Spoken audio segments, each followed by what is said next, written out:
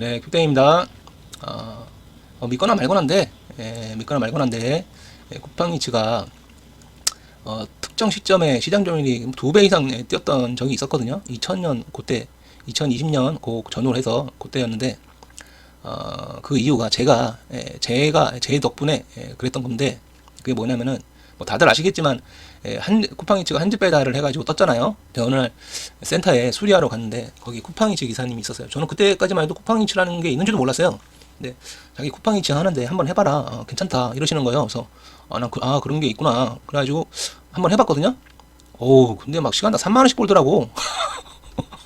야, 뭐 이런 게 있나 싶어가지고 퀵 서비스 끝나고 저녁에 뭐 한두 시간, 뭐 길게는 한 3시간 정도씩 하면서 했었는데, 그러다가 유튜브에서 쿠팡이츠 광고를 봤어요.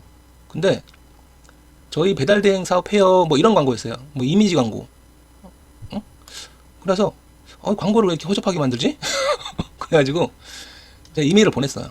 쿠팡이츠는 경쟁 업체와 확실히 차별화된 서비스가 있고 그 서비스가 경쟁력 있는 서비스다.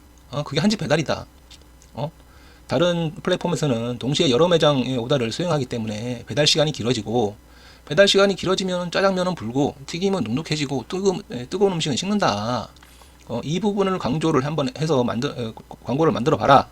이렇게 이메일을 보냈어요.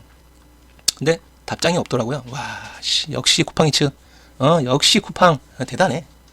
보통 이런 이메일 이렇게 회사에다가 보내면은, 기업에다가 보내면은 일단 그 제안을 받든 안 받든 일단 감사하다고, 제안 주셔서 감사합니다, 뭐 이런 답장을 해주거든요, 보통은. 근데 와, 쌩까더라고. 근데 그래서 이 이메일을 받은 담당자가 족밥인가 보다, 이게 똥인지 된장인지 구분 못하는 게 족밥인가 보다, 뭐 이렇게 그렇게 생각하고 넘어갔는데, 한 2달 지난 다음에, 한 2달인가 3개월인가 그 정도 지난 다음에 제가 제안했던 그 짜장면은 불고 튀김은 눅눅해지고 요 멘트 있잖아요, 이 콘티 그대로, 이 콘티 그대로 광고가 나오더라고. 야, 이발 양아치 새끼들 진짜, 진짜. 와, 쿠팡 진짜 대단해. 대단해. 남의 아이들을 갖다 써놓고, 고맙단 말 한마디 안 하고, 와, 진짜 대단해. 이건 대단해. 근데 여기까지 얘기를 들어보면 좀 의문이 들지 않나요? 왜 쿠팡이츠는 왜 좋은 서비스를 출시를 해놓고 왜 광고를 안 했을까? 저도 거기에 대해서 생각을 해봤거든요. 왜 좋은 서비스를 개발해놓고 왜 광고를 안 했을까? 제가 내린, 내피셜입니다. 내피셜인데 제가 내린 답은, 이 쿠팡이라는 회사 자체가, 근본이 없는 회사예요. 근본이 없는 회사. 이 쿠팡이라는 회사의 그 대표가 우리 온라인 사업 하고 싶은데 어떤 사업을 할까? 어떤 사업을 해야 성공할 수 있을까? 어떤 서비스를 해야 고객들이 좋아할까? 뭐 이런 치열한 고민, 연구, 이런 과정을 거치고 뭐 서비스를 출시하고 뭐 이게 아니잖아요. 그냥 아마존 시스템을 우리나라에 그대로 베껴와서 그대로 적용한 그런 회사예요. 뭐 다들 뭐 아실 분들은 아시겠지만, 그 회사 대표가 치열하게 고민하고 뭐 이게 아니고 그냥 아마존 시스템을 그대로 베껴가지고 그대로 우리나라에 그냥 갖다 넣은 거예요. 예? 그래서 쿠팡이츠도 똑같았을 거라고 저는 내피셜로 생각하는 거예요. 우버이츠가 한집 배달을 했었거든요. 어? 그러니까 우버이츠 시스템을 그대로 베껴가지고 그냥 우리가 배달 대행 사업을 할 건데, 배달의 민족이나 뭐 다른 업체들과 경쟁을 하려면 어떻게 해야 될까? 어떻게 더 좋은 서비스를 제공할 수 있을까? 치열한 고민 끝에 한집 배달을 하면은 경쟁력이 있겠다 싶어가지고, 이런 과정이 없고 그냥 우버이츠 시스템을 그냥 그대로 베껴가지고 그냥 돈지랄로 그냥 한 거예요. 예? 그러니까 한집 배달이 좋은 서비스인지 어떤 서비스인지 그냥 모르고 그냥 돈지랄만 한 거지. 그래서 저는 광고를 안 했을 거라고 봐요. 야, 우리 쿠팡 진짜 대단해. 돈지랄하고 이거 없는 정말 대단해. 근데 근본이 없는 회사야. 근본이 없는 회사. 정말 양아치 회사. 근데 한집 배달이 저는 계속 될 거라고 생각을 안 했거든요. 왜냐면 어떻게 그 한 건에 뭐 10,000원씩 주면서 어떻게 계속해? 그렇잖아요. 아무리 돈이 많아도 쿠팡이츠가 그걸 어느 정도 시장 점유율을 잡아먹으면은, 그때는 이제 배달 단가도 낮추고, 뭐 한집 배달을 계속 유지하기는 힘들 거다 이렇게 생각하고, 제가 생각한 거는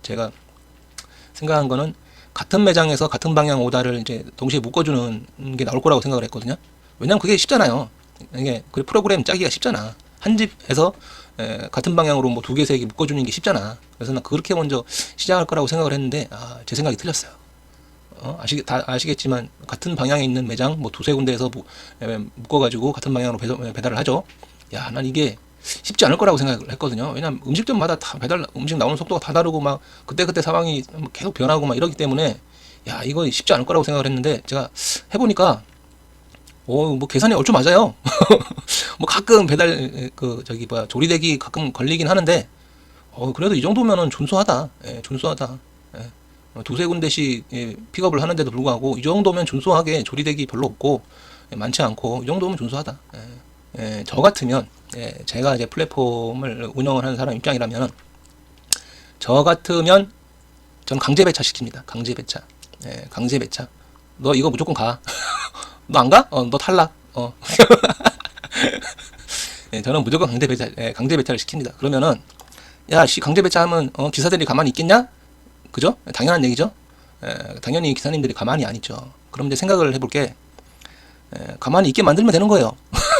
그죠? 그럼 어떻게 가만히 있게 강제 배차를 하는데도 불구하고 기사님들이 저항하지 않고 그 시스템을 받아들이게 어떻게 만들 거냐? 첫째는 현재 시스템이랑 비교해서 돈을 최소한 덜 벌지 않게 만들어주면 돼요. 현재 시스템보다, 자, 현재 시스템에선 100만 원 버는데 만약에 강제 배차를 했어. 근데 90만 원 벌고 80만 원 벌고 70만 원 벌어. 이러면 저항하겠지. 그죠? 근데 현재 시스템에서 100만 원 버는데 강제 배차 시스템을 적용을 하면은 최소한 100만 원 벌고 110만 원, 120만 원, 130만 원 본다. 그럼 저항 안 하죠. 예? 최소한 똑같이 벌거나 더 많이 버는데 그렇잖아요. 근데 이 사람이라는 게 굉장히 뭐 논리적이고 합리적이고 이성적인 것 같지만 굉장히 감정적이에요. 예? 숫자로 현재 시스템에서는 100만 원 벌지만 강제 시스템을 하면은 110만 원 번다, 120만 원 번다는 걸 데이터를 보여줘도 사람은 이게 감정적인 동물이기 때문에 데이터를 보여줘도 저항할 사람들이 분명히 있을 거예요. 저항할 사람들이 더 많을 거야. 이성적인 판단보다 감정적인 판단을 훨씬 많이 하기 때문에 데이터를 보여줘도 저항하는 사람들이 있을 거예요. 그러면은 이 현재 시스템보다 강제 배차 시스템을 하는 게 스트레스를 덜 받는다. 이런 걸 입증시켜주면 돼. 예를 들어서 지금 그 매장에서 스트레스 엄청 받잖아요. 매장에서 뭐 다들 경험해보셨겠지만 조리되기 때문에 스트레스 엄청 받잖아요. 근데 조리되기가 얼마 안 되는데도 스트레스 많이 받잖아요. 매장 사람들이랑 띄역태역하고 근데 강제 배차를 하게 되면은 이 배달 조리 시간이 확 줄어들 거예요. 조리 시간이 확 조리 대기 시간이 확 줄어들면 매장 사람들이랑 부딪힐 일도 확 줄어들 거예요. 그럼 스트레스가 확 줄어들 거란 말이죠. 그죠? 자, 그럼 처음으로 돌아가서 현재 시스템보다 강제 배차 시스템을 적용을 하면은 돈도 최소한 덜 번들지 않고 더 벌 것 같아. 내가 보기엔 더 벌 수 있을 것 같아요. 돈도 더 벌고 스트레스도 확 줄어들어. 그러면은 받아들이겠죠. 기사님들도 받아들이겠죠. 그렇죠? 그렇지 않을까요? 내가 너무 순수한가? 그러면은 이제 문제가 생기는 게 노동권이라는 게 생기죠. 노동자권인가? 정확한 용어는 모르겠는데 뭐 그런 게 생길 거야. 아마 법률적인 문제가 생길 거예요. 이 부분을 어떻게 해결할 거냐? 이 부분을 분명히 대부분의 기존 시스템과 비교해서 강제 배차 시스템을 적용을 했을 때 돈도 더 많이 벌고 스트레스도 확 줄어들지만 줄어든다는 게 입증이 되면 대부분의 기사님들은 다 받아들이겠지만 소수의 사람들은 분명히 삐딱한 사람들이 있을 거란 말이죠. 그 소수의 사람들이 분명히 태클을 걸 건데 법적인 문제라서 걸면 걸리는 거죠. 이 부분을 어떻게 해결할 거냐? 저는 아이디어가 있는데 뭐 공개할 생각은 없고 공공 배달 앱 뭐 이런 데서 그 법적인 문제를 어떻게 해결할 건지 알고 싶다, 알려달라고 연락을 하면 알려줄게요. 그 개인한테는 알려줄 생각이 없고 공공 배달 앱 뭐 이런 데서 연락 주시면 알려드리겠습니다. 공공 배달 앱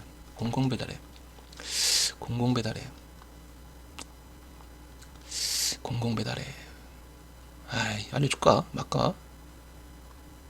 알려줄까? 뭐 아무튼 그렇습니다. 제 생각은 정리가 좀 안 되는데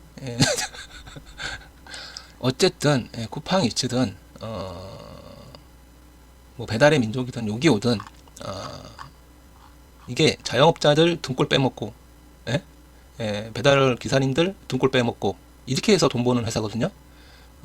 이게 이 플랫폼 회사들이 이게 뭔가 엄청난 뭐 엄청난 서비스를 개발하고 뭐 제품을 개발하고 이게 아니고 그냥 인터넷 전단지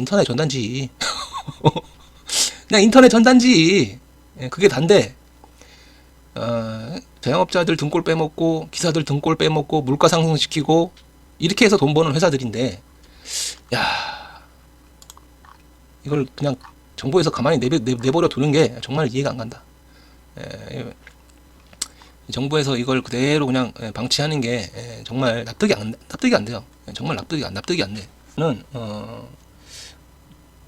자영업자들이 적정한 너무 과도하지 않은 수수료를 내고 기사님들도 적정한 배달료를 받으면서 플랫폼도 흑자를 낼 수 있는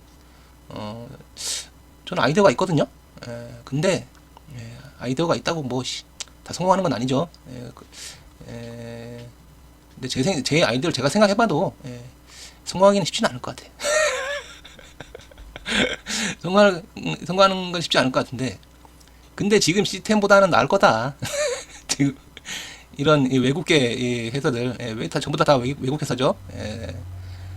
전부 다 외국인 회사인데 이런 회사에다가 1년에 몇천 원씩 갖다 바치는 것보다는 우리나라 국민들이 거의 약탈 수준으로 개고생해서 거의 약탈을 당해가지고 외국인들 배만 불려주는 현재 시스템보다는 제가 구상한 시스템이 훨씬 나은데 뭐 이것도 쉬울 것 같지는 않아요. 솔직히 이것도 쉬울 것 같지는 않은데 공공 배달앱 쪽에서 연락 주시면 제 아이디어를 알려드리겠습니다. 연락 주세요.